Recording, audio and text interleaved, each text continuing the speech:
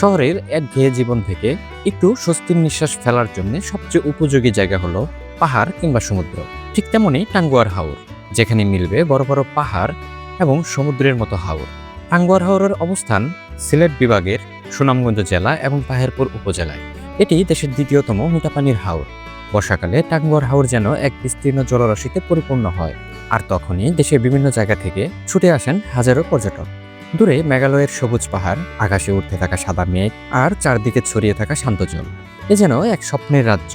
আজকের ভিডিওতে আপনাদের দেখানোর চেষ্টা করব এই টাঙ্গুয়ার হাওরের সব জনপ্রিয় জায়গাগুলো, যেমন টাঙ্গুয়ার হাওর, অপূর্ব সুন্দর নীলাদ্রি লেক, লাকমাছড়া ঝর্ণা, পারেক্কার টিলা, জাদুকাটা নদী এবং শিমুল বাগান।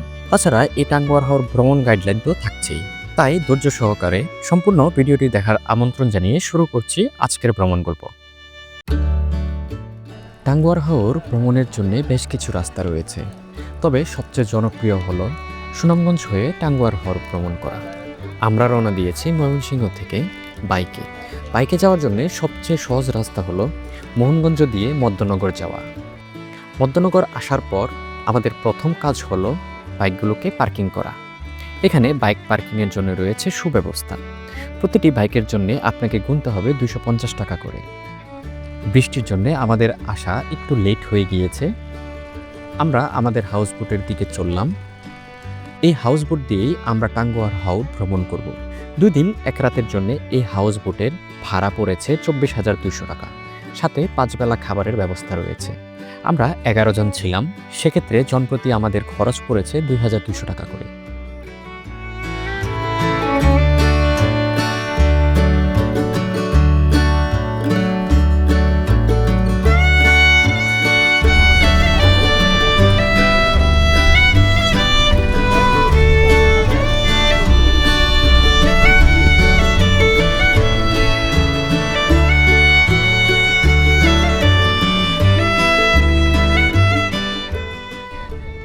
হাওরের সৌন্দর্য উপভোগ করতে করতে আমরা টাঙ্গুয়ার হাওরের ওয়াচ টাওয়ারের কাছাকাছি চলে এসেছি।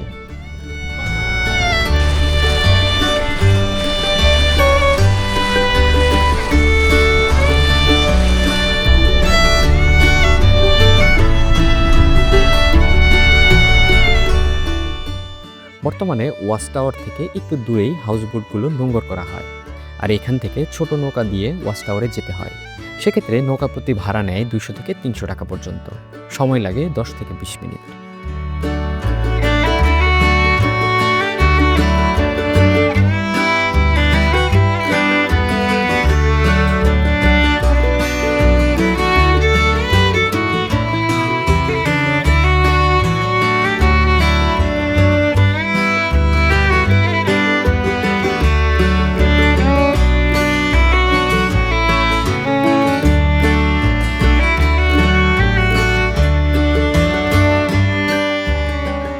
ওয়াচ টাওয়ারের কাছাকাছি এসেই সবাই লাফিয়ে পড়ছে পানিতে।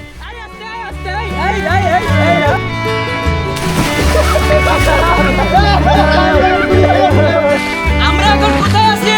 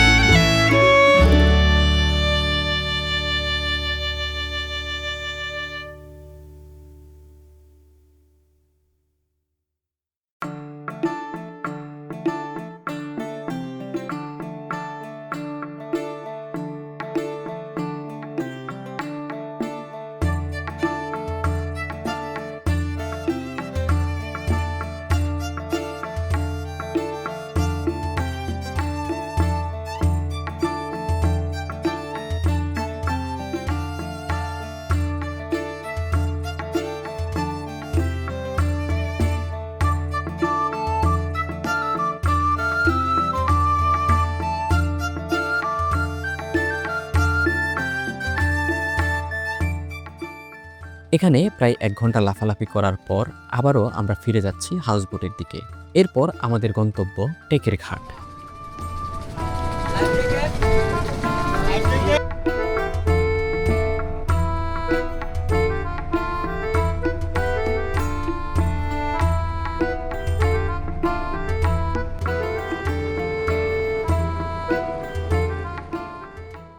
দূরে দাঁড়িয়ে থাকা মেঘালয় পাহাড়ের সৌন্দর্য উপভোগ করতে করতে অবশেষে আমরা চলে আসলাম টেকের ঘাটে।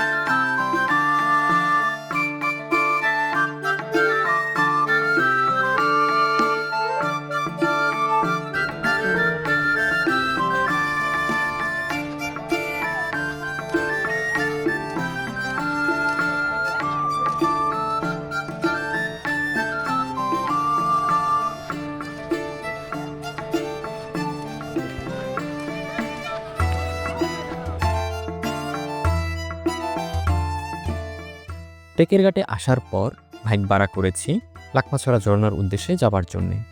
বর্তমান পরিস্থিতি বিবেচনায় লাকমাছড়া ঝর্ণার কাছাকাছি যাওয়া যায় না, তবে দূর থেকে বেশ কিছুক্ষণ সৌন্দর্য উপভোগ করার পর আমরা চলে এসেছি নীলাদ্রি লেকে। নীলাদ্রি লেক পর্যটন খ্যাত স্থানটি ভ্রমণ পিপাসুদের কাছে নীলাদ্রি লেক বেশ পরিচিত। সুনামগঞ্জ জেলার তাহিরপুর উপজেলার উত্তর শ্রীপুর ইউনিয়নের টেকেরঘাট নামক স্থানে নীলাদ্রি লেকের অবস্থান। এই লেকের প্রকৃত নাম শহীদ সিরাজ লেক, তবে ভ্রমণ পিপাসু মানুষের কাছে এটি নীলাদ্রি লেক নামেই বেশি পরিচিত। তবে স্থানীয় লোকজন একে টেকেরঘাট পাথর কুয়ারি নামে চেনে। লেকের চমৎকার নীল পানি, ছোট বড় টিলা আর পাহাড়ের সমন্বয়ে নীলাদ্রি লেককে করেছে অপার্থিব সৌন্দর্যের অধিকারী। স্বতন্ত্র বৈশিষ্ট্যের জন্য নীলাদ্রি লেককে অনেক পর্যটক বাংলার কাশ্মীর হিসাবেও মনে করেন।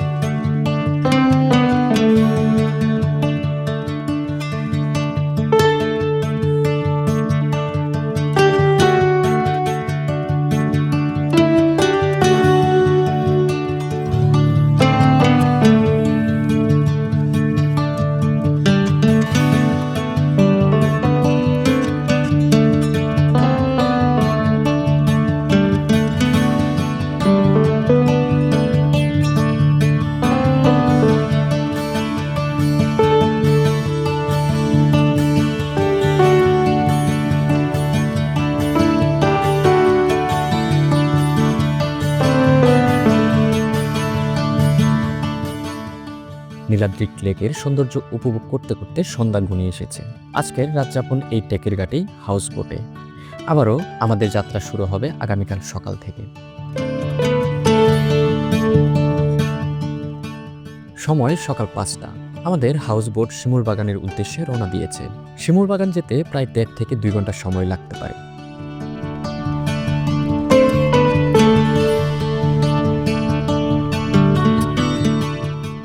প্রাকৃতিক সৌন্দর্য উপভোগ করতে করতে আমরা চলে এসেছি শিমুল বাগানের খুব কাছাকাছি।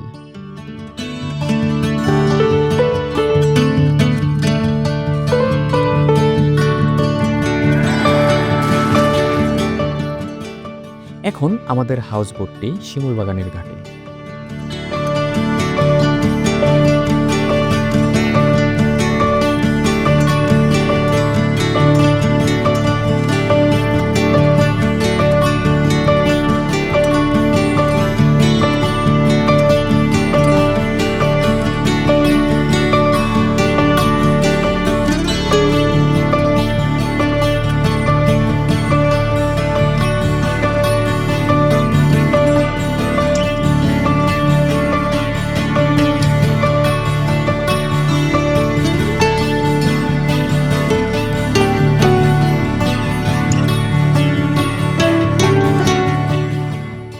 শিমুল বাগানে প্রবেশের জন্য আপনাকে 50 টাকা দিয়ে টিকিট কাটতে হবে।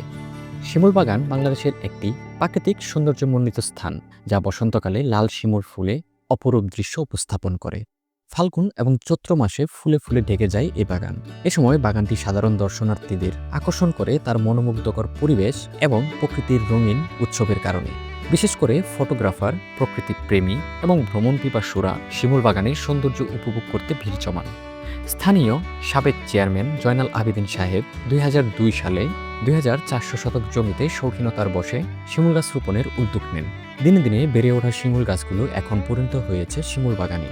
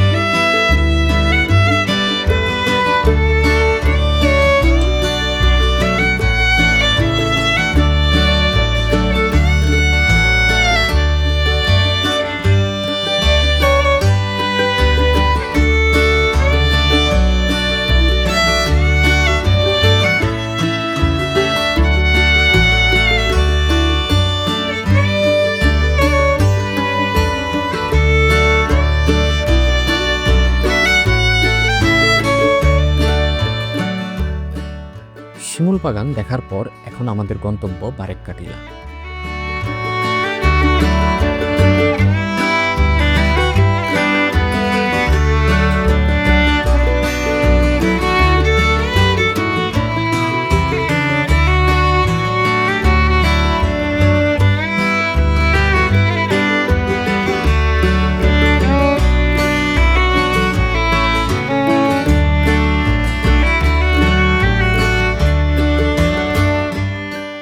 বাংলাদেশ ভারত সীমান্ত ঘেঁষা এই বারেক্কা টিলার উপর থেকে মেঘালয় রাজ্যের খাসিয়া পাহাড় দেখা যায়। বারেক্কা টিলায় প্রায় ৪০টি আদিবাসী পরিবার বাস করে।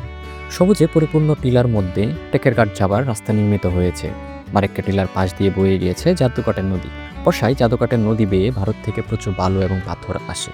বারেক্কা টিলার উপর থেকে জাদুকাটা নদীর দিকে তাকালে যে নৈসর্গিক দৃশ্য চোখে পড়ে, তার রেশ নাগরিক জীবনের ক্লান্তি নিমেষে মুছে দেওয়ার জন্য যথেষ্ট। তাছাড়া ক্যাম্পিং করার জন্য বারেক্কা টিলা একটি আদর্শ জায়গা। এখান থেকে সূর্যোদয়ের দৃশ্য খুব সুন্দরভাবে উপভোগ করা যায়।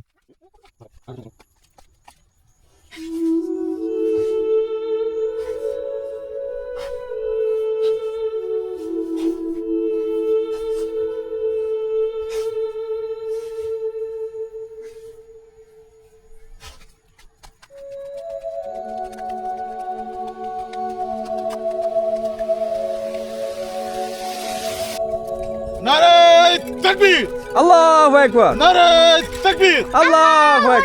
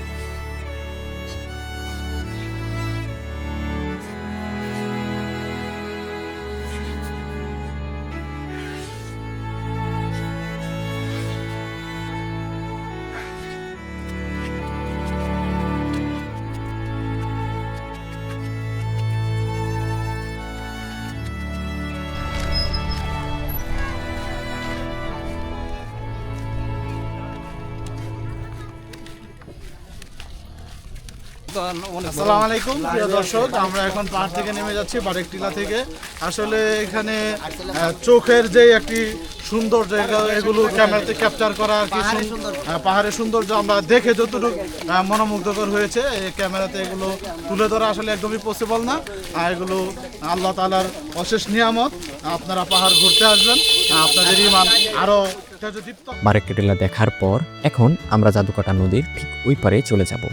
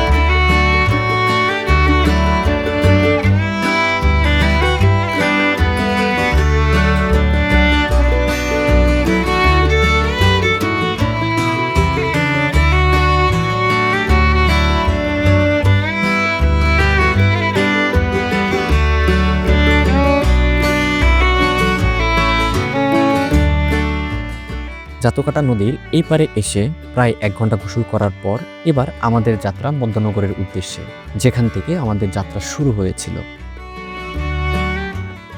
আজকের ভিডিও এই পর্যন্তই। টাঙ্গুয়ার হাওর ভ্রমণ সম্পর্কিত আপনার মতামত জানাতে পারেন আমাদের কমেন্ট সেকশনে।